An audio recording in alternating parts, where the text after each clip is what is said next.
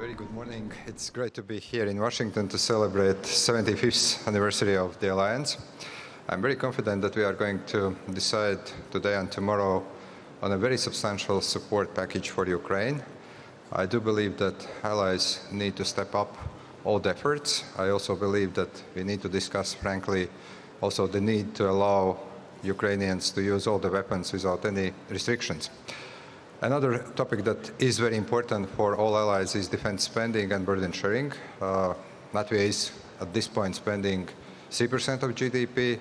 Not everyone is still up to 2%, but I do believe that the current geopolitical situation warrants the discussion and also decisions and also the implementation of those decisions to step up to 2%, but actually our goal needs to be at some point already more than that, at least 2.5%. And of course, my country, being the eastern flank member state, looks forward to have a substantial discussion about strengthening defenses, especially air defense.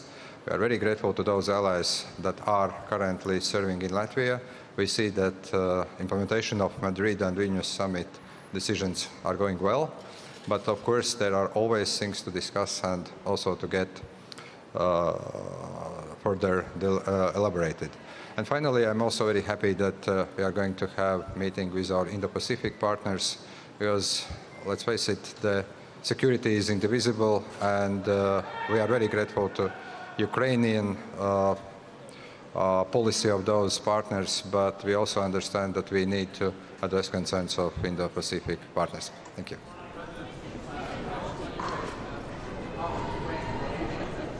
Sorry?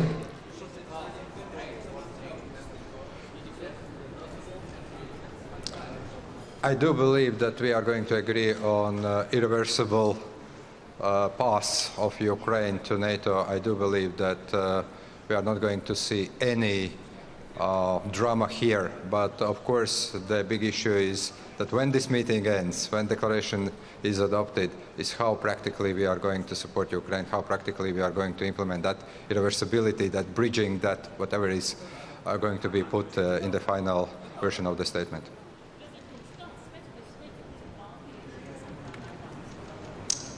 Ka viss tas, ko mēs šobrīd vēlamies redzēt saistībā ar pretgaisa aizsardzību, gaisa aizsardzības stiprināšanu, saistībā ar papildus nepieciešamajiem lēmumiem, lai stiprinātu mūsu drošību, ka tas arī būs.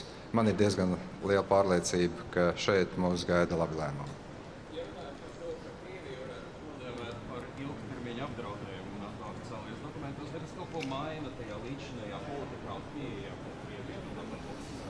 Es domāju, ka kopš 2014. gada un sevišķi 2022.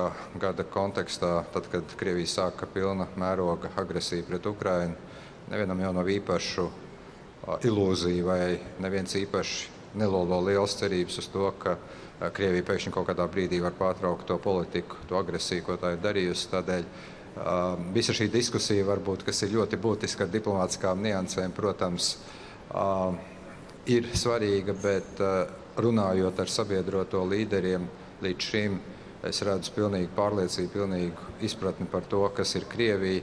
Tas, ka varbūt kādam gribās kaut kādas nianses īpaši slikt, tas ir šāda veida samitu, šāda veida diskusiju neatņemama sastāvdaļa. Thank you.